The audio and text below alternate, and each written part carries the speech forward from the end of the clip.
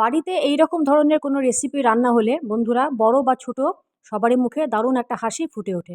তো এরকম একটা রেসিপি আমি খুব তাড়াতাড়ি আপনাদের সাথে শেয়ার করতে এসেছি। রেসিপিটা খুব তাড়াতাড়ি হয়ে যায়। তো চলুন শুরু করছি। আমি এখানে মিক্সিং বলে কিছুটা পরিমাণ সোয়া চাংস ভালো করে সেদ্ধ করে জল ঝরিয়ে নিয়েছি। ওর মধ্যে ২ চামচ কর্নফ্লোর, ১ চামচ ময়দা,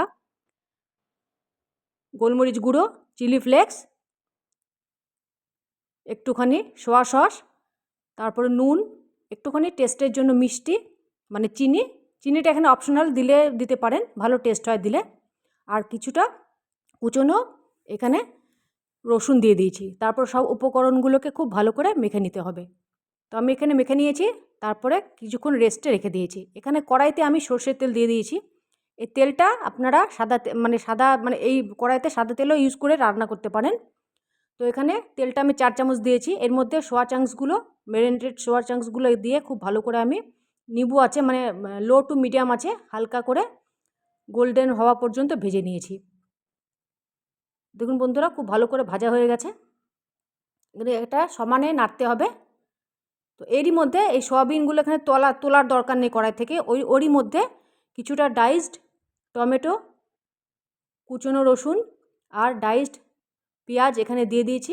লো টু মিডিয়াম আছে খুব ভালো করে এখানে হালকা নেড়েচেড়ে রান্না করতে হবে। কিছুক্ষণ ঢাকা দিয়ে দিয়ে রান্না করতে হবে। তো ওরই মধ্যে আমি একটুখানি সামান্য একটু নুন দিয়ে দিয়েছি। নুনটা এখানে একবারে দেবেন না, নিজেদের হিসেব মতো অল্প অল্প করে টেস্ট করে করে নুনটা দিতে হবে।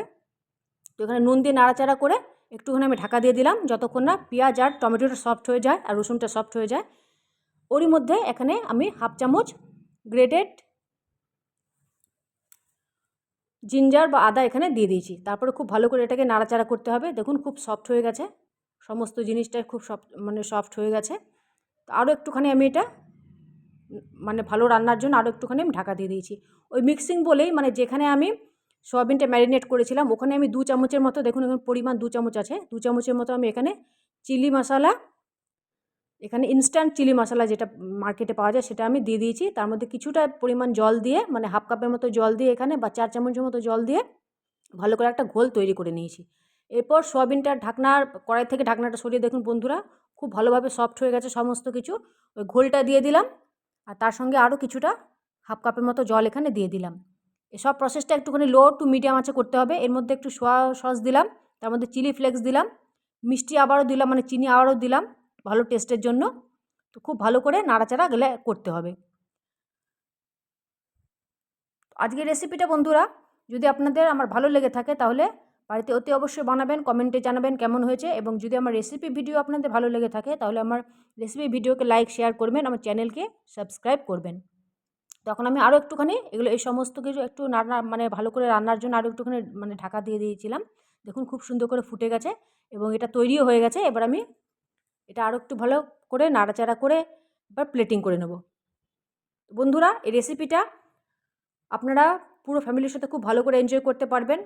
এটা ভাতের সাথে ভালো লাগবে, তার থেকে বেশি ভালো লাগবে গরম রুটি বা পরোটা বা ফ্রাইড রাইসের সাথে খুব ভালো লাগবে।